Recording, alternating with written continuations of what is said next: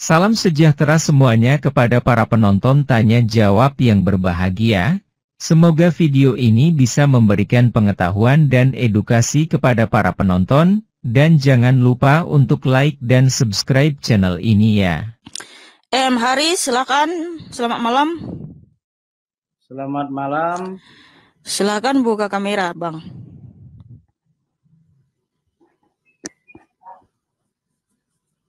Salam kenal.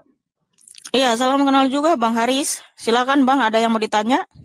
Mau saya bertanya tentang apa itu? Tuhan Bapak, Tuhan Ibu, Tuhan Anak itu gimana? Tidak ada dalam Alkitab Tuhan Bapa, Tuhan Ibu, Tuhan Anak, Bang.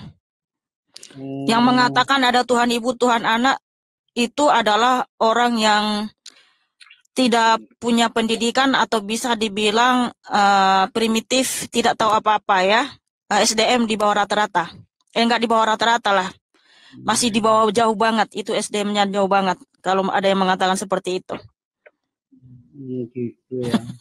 Iya. Terus karena nggak ada dalam Alkitab Tuhan Ibu, Tuhan Anak, nggak ada. Di sini kata-katanya Yesus Allah Maha Besar, tapi ada yang mengatakan Yesus itu anak Tuhan. Gimana penjelasannya? Tuhan Yesus Kristus itu bukan anak Tuhan, tapi ketika Allah itu datang ke dunia, Tuhan Yesus disebut anak Allah. Kenapa?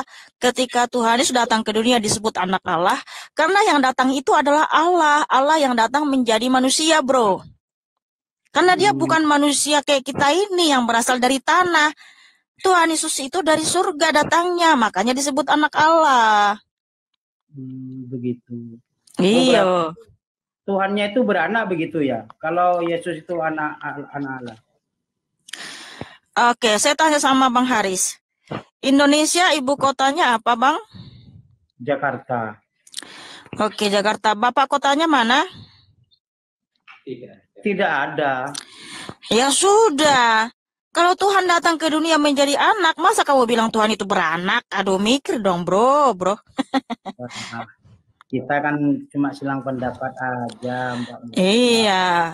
Bukan berarti ketika Tuhan datang ke dunia jadi beranak. Aduh, jangan kayak gitu banget lah. Ya, tentang itu lagi mau bertanya tentang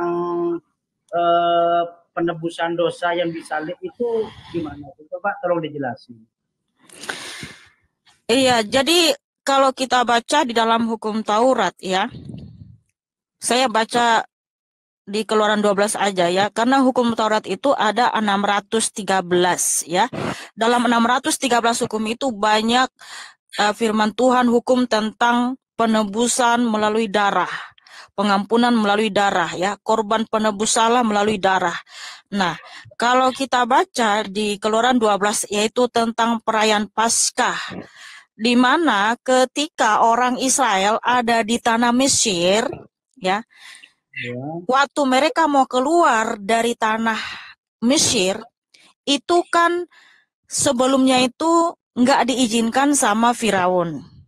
Padahal Tuhan sudah mengirimkan 9 tulah ya, 9 tulah ke tanah Mesir. Nah, mau ke tulah ke-10 itu yaitu adalah kematian anak sulung.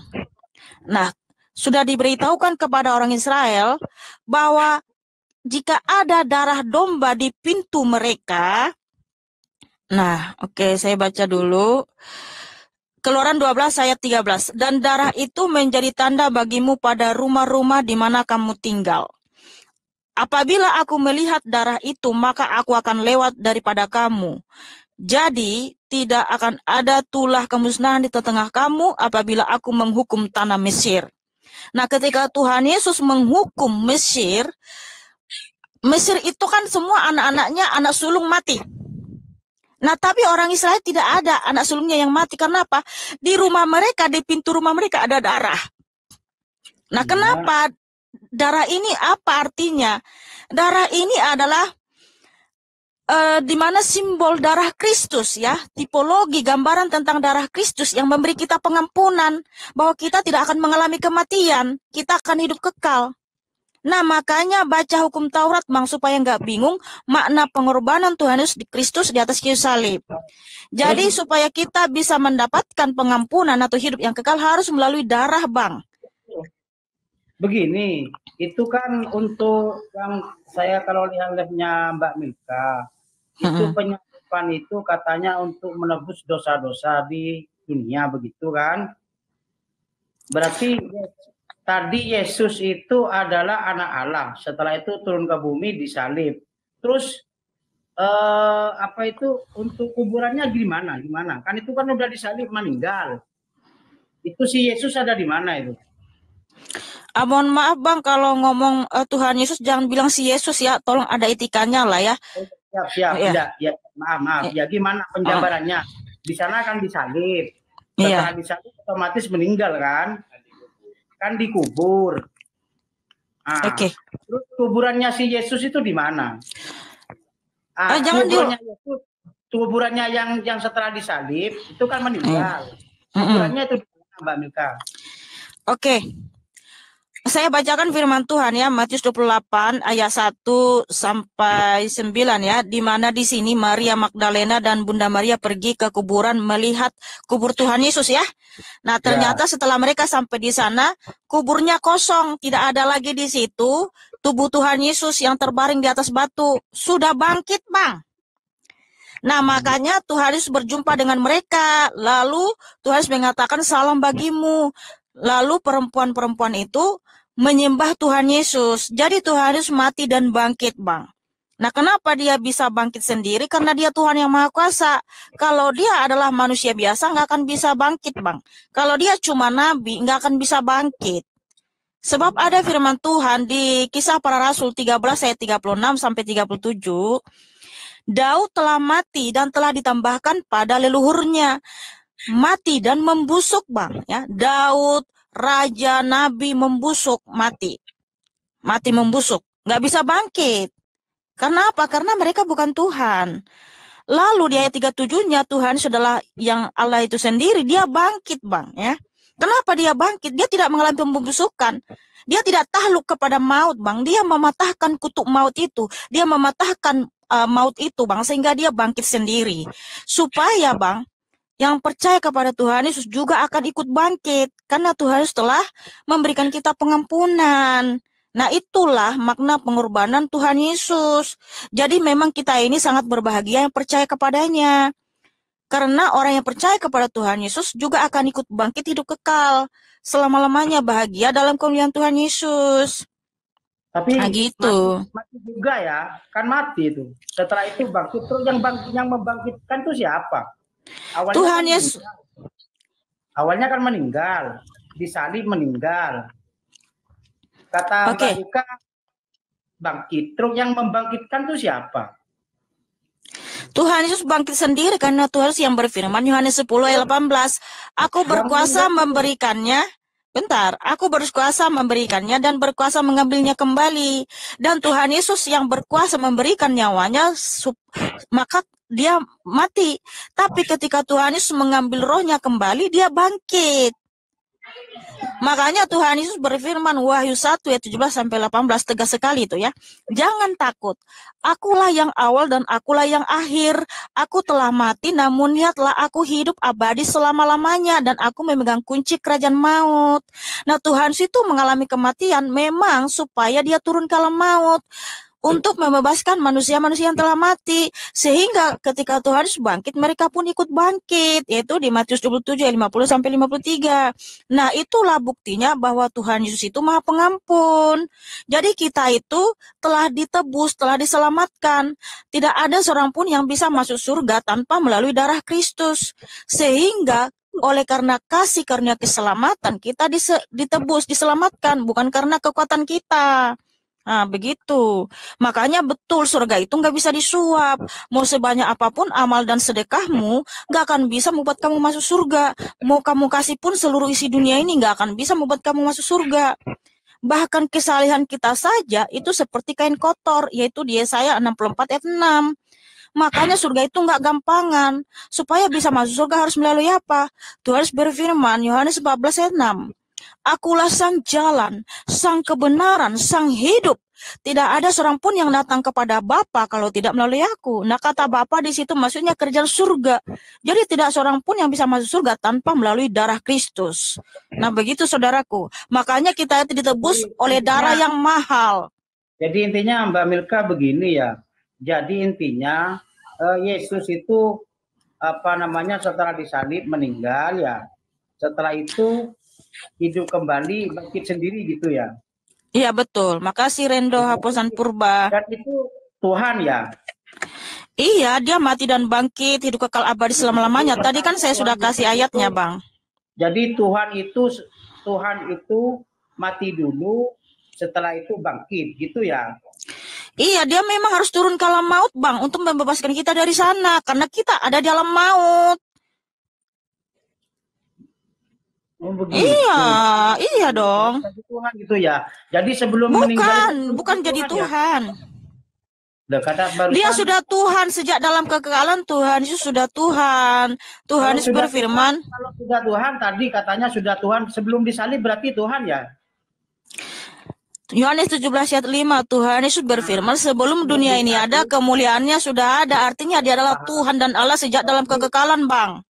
Sebelum disalib, Yesus ini kan Tuhan. Ya. Yesus Kristus Tuhan sejak dahulu sampai kapanpun. Mau disalib, mau mati dan bangkit, dia tetap Tuhan, Bang. Kan setelah disalib kan sudah meninggal. Berarti kalau dia Tuhan kok bisa meninggal gitu loh? Ya karena dia yang menghendaki, dia sendiri yang memberikan nyawanya. Tidak ada seorang pun yang bisa mencabut nyawa Tuhan Yesus, nggak ada. Dia sendiri yang, makanya dia bisa bangkit, Bang. Enggak, saya tanya sama kamu dulu, Haris. Ya, gimana? Ada nggak nabi atau raja yang bisa mati lalu bangkit sendiri kekal abadi selama-lamanya? Siapa yang ada? Tidak ada kalau di. Nah, kenapa nggak ada? Kenapa nggak bisa mereka bangkit? Nggak ada, karena begini, setahu saya. Ya karena mereka bukan Tuhan.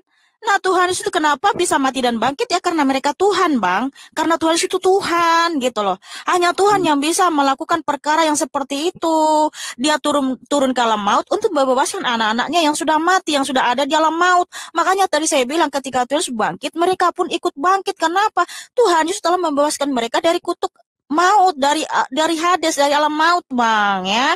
Oke, saya rasa sudah cukup jelas banget itu. Makasih, saudaraku. Belum terpahamkan. Tadi kan sebelum disalib dia kan Tuhan kan? Iya. Setelah disalib dia tetap Tuhan.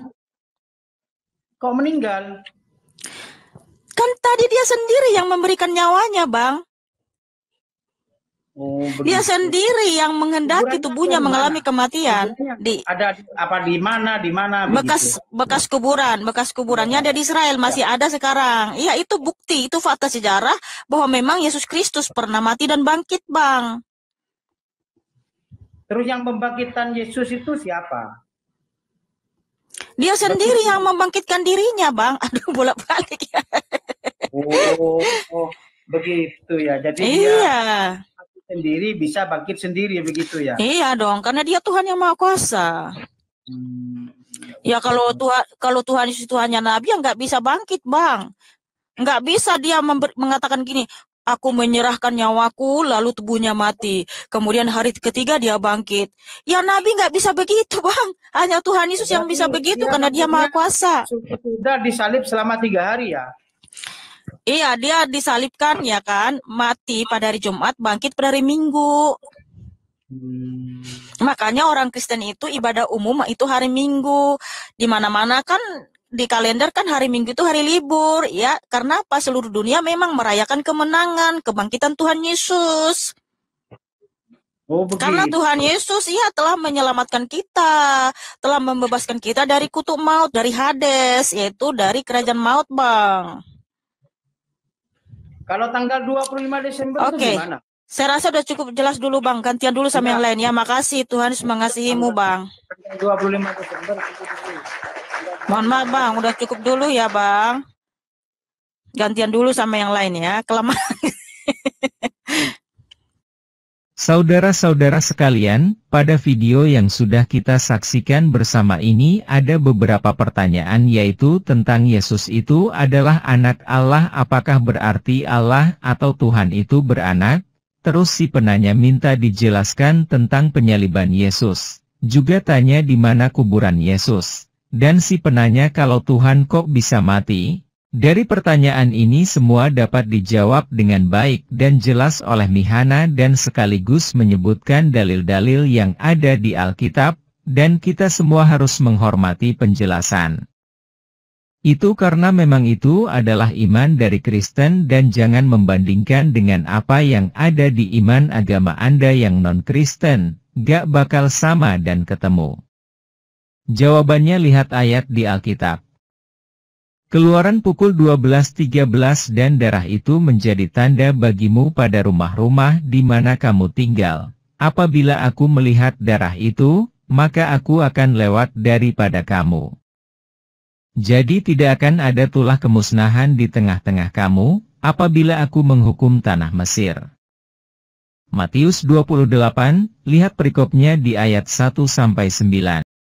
Yohanes pukul 10.18 tidak seorang pun mengambilnya daripadaku, melainkan aku memberikannya menurut kehendakku sendiri.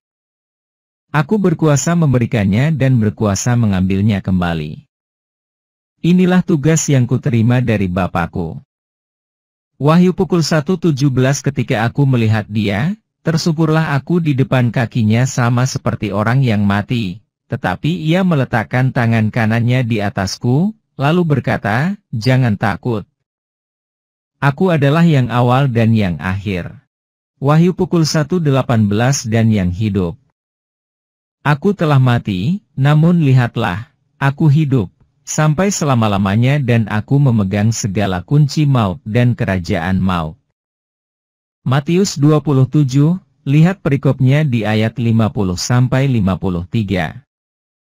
Yohanes 14:6 kata Yesus kepadanya, akulah jalan dan kebenaran dan hidup.